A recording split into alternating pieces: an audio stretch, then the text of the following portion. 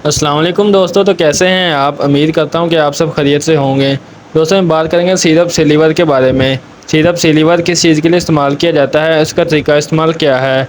दोस्तों वीडियो शुरू करने से पहले आप सबसे गुजारिश है कि जिसने अभी तक मेरे चैनल को सब्सक्राइब नहीं किया, मेरे चैनल को सब्सक्राइब कर लें और बेल आइकन के बटन को प्रेस कर लें ताकि मेडिसिन के रिलेटेड आने वाली तमाम लेटेस्ट वीडियो आप तक बर वक्त पहुँचती रहे। और अगर वीडियो पसंद आए तो वीडियो को लाइक करें। तो दोस्तों चलते हैं वीडियो की तरफ। दोस्तों ब्रांड नेम इसका जो है वह सिलीवर।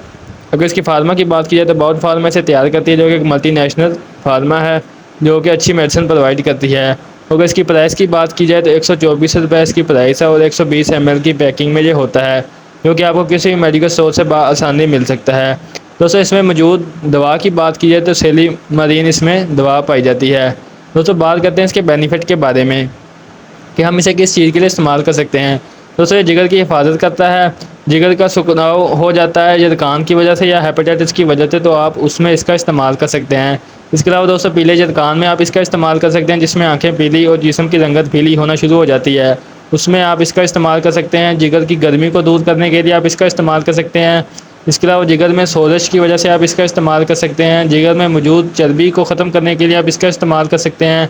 इसके अलावा दोस्तों हेपेटाइटिस के पेशेंट इसका इस्तेमाल कर सकते हैं। ये जिगर को प्रोटेक्शन करता है और वायरस से बचाता है, यानी कि जिगर की गर्मी को दूर करने के लिए या जिगर का कोई भी मसला हो उसे दूर करने के लिए आप इस सिरप का इस्तेमाल कर सकते हैं। पीला जरकान हो या जिगर की गर्मी हो, जिगर में सोज हो, आप उसको ख़त्म करने के लिए सिरप सिलीवर का इस्तेमाल कर सकते हैं।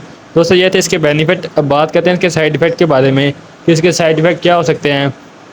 दोस्तों ओवर डोज की वजह से लूज़ मोशन लग सकते हैं, पेट में दर्द हो सकती है, उल्टी मतली की कैफियत हो सकती है।